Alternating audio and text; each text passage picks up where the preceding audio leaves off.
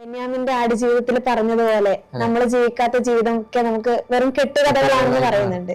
അപ്പം ഇതിൽ നിന്നൊക്കെ നമ്മൾ നോക്കുന്ന സമയത്ത് വായിക്കുന്ന ഒരാളെ സംബന്ധിച്ചിടത്തോളം അദ്ദേഹത്തിന്റെ മനസ്സ് എപ്പോഴും വളരെ വിശാലമായിട്ടുണ്ടാവും. അതുപോലെ ഇന്നത്തെ കാലത്ത് ഒരു തെറ്റായ ഒരു ചിന്ത കൂടി ഉണ്ട്. അതായത് ഇന്നത്തെ തലമുറ വായനയ്ക്ക് തീരെ പ്രാധാന്യം നൽകുന്നില്ല, അല്ലെങ്കിൽ ആളുകളൊന്നും വായിക്കുന്നില്ല എന്നുള്ളൊരു ചിന്ത കൂടെ വരുന്നുണ്ട്. പക്ഷെ ഓരോ എഴുത്തിലും കാണുന്ന ആ വ്യൂസ് മീൻസ് മില്യൺസോളം ആൾക്കാർ അത് വായിക്കുന്നുണ്ട്. അപ്പൊ നമ്മൾ മനസ്സിലാക്കേണ്ട ഒരു കാര്യമുണ്ട്, ഇന്നും ആൾക്കാർ വായിക്കുന്നുണ്ട്, പക്ഷെ ആ ഒരു വായിക്കുന്ന രീതി മാറിയത് മാത്രം. നമ്മുടെ ഇന്നത്തെ CM അദ്ദേഹം പറയുന്ന ഒരു കാര്യമുണ്ട് അതില്, അതായത് ഇത്രയും തിരക്കുകൾ ഉണ്ടായിട്ടും, അന്ന് അദ്ദേഹം ഓപ്പോസിഷൻ ലീഡറാണ്. അപ്പൊ അത്രയും തിരക്കുകൾ ഉണ്ടായിട്ടും അദ്ദേഹം ഒരു ദിവസം 60ഓളം പേജുകളെങ്കിലും പരമാവധി വായിക്കാൻ ശ്രമിക്കാറുണ്ടെന്ന് പറഞ്ഞു.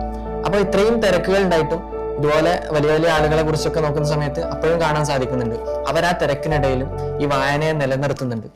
നമുക്കറിയാലോ ഇന്ന് വായനാ ദിനം. വായനയുടെ പ്രാധാന്യത്തെ പറ്റി എന്താണ് നിനക്ക് പറയാനുള്ളത്?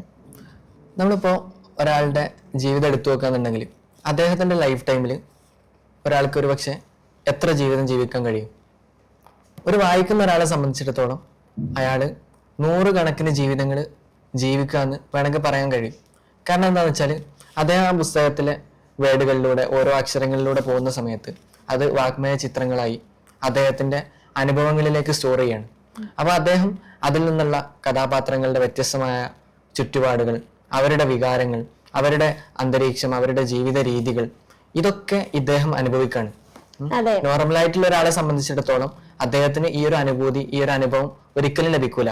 കാരണം അദ്ദേഹം അയാളുടെ ജീവിതവും അതിന്റെ ചുറ്റുപാടുമായിട്ട് അങ്ങനെ പോകുന്ന ഒരു സിറ്റുവേഷൻ ആണ്. തീർച്ചയായും ബെന്യാമിന്റെ ആടുജീവിതത്തിൽ പറഞ്ഞതുപോലെ നമ്മൾ ജീവിക്കാത്ത ജീവിതം ഒക്കെ നമുക്ക് വെറും കെട്ടുകഥകളാണെന്ന് പറയുന്നുണ്ട്.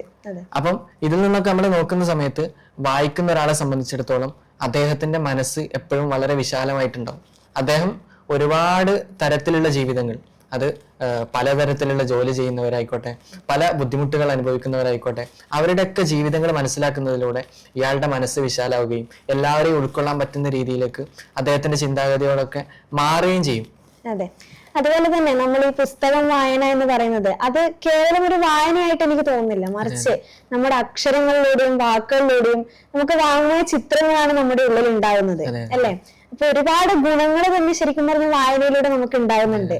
അതിപ്പോ ഫിസിക്കൽ ആയിക്കോട്ടെ, മെന്റൽ ആയിക്കോട്ടെ, അതുപോലെ നമ്മുടെ ഇമാജിനേഷൻ, ഇതൊക്കെ ബൂസ്റ്റ് ചെയ്യാൻ, ഇതിന്റെയൊക്കെ ഹെൽത്തിനൊക്കെ ഒരുപാട് പ്രാധാന്യം കൊടുക്കുന്നുണ്ട് വായന. തീർച്ചയായിട്ടും. നമ്മളിപ്പോ നോക്കാന്നുണ്ടെങ്കിലേ, ഞാനിങ്ങനെ ഇടയ്ക്കൊക്കെ പോഡ്കാസ്റ്റ് നന്നായിട്ട് കാണാറുണ്ട്. അപ്പൊ ആ പോഡ്കാസ്റ്റിൽ ഈ അടുത്ത് എന്നെ വളരെ അട്രാക്ട് ചെയ്തൊരു പോഡ്കാസ്റ്റ് ആണ്. ഒരുപക്ഷെ നമ്മുടെ യൂത്തിനെ തന്നെ പൊതുവെ അട്രാക്ട് ചെയ്തിട്ടുള്ള, അവരെ അറ്റൻഷൻ സീക്ക് ചെയ്തിട്ടുള്ള ഒരു പോഡ്കാസ്റ്റ് ആയിരിക്കും അത്. അതിൽ നമ്മുടെ ഇന്നത്തെ CM അദ്ദേഹം പറയുന്ന ഒരു കാര്യമുണ്ട് അതില്, അതായത് ഇത്രയും തിരക്കുകൾ ഉണ്ടായിട്ടും, അന്ന് അദ്ദേഹം ഓപ്പോസിഷൻ ലീഡറാണ്. അപ്പൊ അത്രയും തിരക്കുകൾ ഉണ്ടായിട്ടും അദ്ദേഹം ഒരു ദിവസം 60ഓളം പേജുകളെങ്കിലും പരമാവധി വായിക്കാൻ ശ്രമിക്കാറുണ്ടെന്ന് പറഞ്ഞു. അപ്പൊ ഇത്രയും തിരക്കുകൾ ഉണ്ടായിട്ടും ഇതുപോലെ വലിയ വലിയ ആളുകളെ കുറിച്ചൊക്കെ നോക്കുന്ന സമയത്ത് അപ്പോഴും കാണാൻ സാധിക്കുന്നുണ്ട് അവർ ആ തിരക്കിനിടയിലും ഈ വായനയെ നിലനിർത്തുന്നുണ്ട്. അതിൽ പക്ഷെ എന്തിനാണെന്ന് നമ്മൾ നോക്കുന്ന സമയത്ത്, നമ്മളൊരു പാത്രം, ആ പാത്രത്തില് വെള്ളം നിറയുന്ന സമയത്ത് മാത്രമാണ് അത് പുറത്തേക്ക് തുളുമ്പുക. അപ്പൊ അവര് തുളുമ്പിക്കൊണ്ടിരിക്കുന്ന ആളുകളാണ്. അതായത് പൊതുസമൂഹത്തിന് അവരുടെ വിഷൻസ് കൊണ്ടും അവരുടെ ആക്ഷൻസ് കൊണ്ടൊക്കെ ഒരുപാട് കാര്യങ്ങൾ നൽകുന്ന ആളുകളാണ്. അപ്പൊ ആ തുളുമ്പണം എന്നുണ്ടെങ്കിൽ അവരുടെ ആ പാത്രം ആദ്യമേ നിറയേണ്ടതുണ്ട്. ഒരുപക്ഷെ അത് നിറക്കാൻ വേണ്ടി, അല്ലെങ്കിൽ തീർന്നു പോകുന്നതിനെ വീണ്ടും റീഫിൽ ചെയ്യാൻ വേണ്ടിയിട്ടായിരിക്കാം അവര് ഇത്രയും പ്രാധാന്യം വായനക്ക് കൊടുക്കുന്നത് എന്ന് നമുക്ക് മനസ്സിലാക്കാൻ കഴിയും.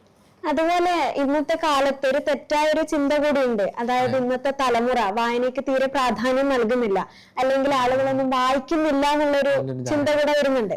പക്ഷെ അത് വെച്ച് നോക്കുകയാണെങ്കിൽ എനിക്ക് ഇവിടെ ഉണ്ടായ ഒരു അനുഭവമാണ്. അതായത് നമ്മൾ നോർമലി ഒരു റീല് സ്ക്രോൾ ചെയ്യുന്ന സമയത്ത് കണ്ടതാണ്. നമുക്കറിയാം ഇന്നത്തെ കാലത്ത് ഒരുപാട് ഓൺലൈൻ ആപ്പുകൾ ഉണ്ട് വായിക്കാൻ വേണ്ടിയിട്ട്. ഈ ബുക്സ് പോലെ നമുക്ക് ഇരുന്ന് വായിക്കാൻ പറ്റും. അപ്പം അങ്ങനെ കണ്ട ഒരു പരസ്യം, ഒരു ആപ്പിന്റെ പരസ്യമായിരുന്നു. അപ്പൊ അത് അതിലെന്താണുള്ളത് എന്നുള്ള ഒരു ക്യൂരിയോസിറ്റിയുടെ പുറത്തുനിന്ന് കയറി നോക്കിയതാ. അപ്പൊ ഞാൻ കരുതിയത് എന്താണ്, നോർമലി വായിക്കാൻ താല്പര്യമുള്ള ആളുകൾ മാത്രമായിരിക്കും അത് വിസിറ്റ് ചെയ്യുന്നുണ്ടാവുക എന്നാണ്. പക്ഷെ ഓരോ എഴുത്തിലും കാണുന്ന ആ വ്യൂസ് മീൻസ് മില്യൺസോളം ആൾക്കാർ അത് വായിക്കുന്നുണ്ട്. അപ്പൊ നമ്മൾ മനസ്സിലാക്കേണ്ട ഒരു കാര്യമുണ്ട്, ഇന്നും ആൾക്കാർ വായിക്കുന്നുണ്ട്, പക്ഷെ ആ ഒരു വായിക്കുന്ന രീതി മാറിയത് മാത്രമേ. അപ്പൊ വായന ഇന്നും മരിക്കാതെ നിലനിൽക്കുന്നുണ്ട്. ഈ ഒരു വായനാദിനം വരുന്ന സമയത്ത് ഓരോ വായനാദിനത്തിലും നമ്മൾ ചെയ്യേണ്ട ഒരു കാര്യം, അല്ലെങ്കിൽ നമ്മുടെ മേലുള്ള ഒരു ഉത്തരവാദിത്തമാണ് ഇത് മരിക്കാതെ നിലനിൽക്കുന്നുണ്ട് എന്നുള്ളത് നമ്മയും മറ്റുള്ള ആളുകളെയും ഒന്ന് ഓർമ്മപ്പെടുത്തുക എന്നുള്ളത്. അതുപോലെ പറയാനുള്ള ഒരു കാര്യമാണ് എന്താണ് ഇതിന്റെ ഒരു നെഗറ്റീവ് വശം എന്ന് പറയുന്നത്.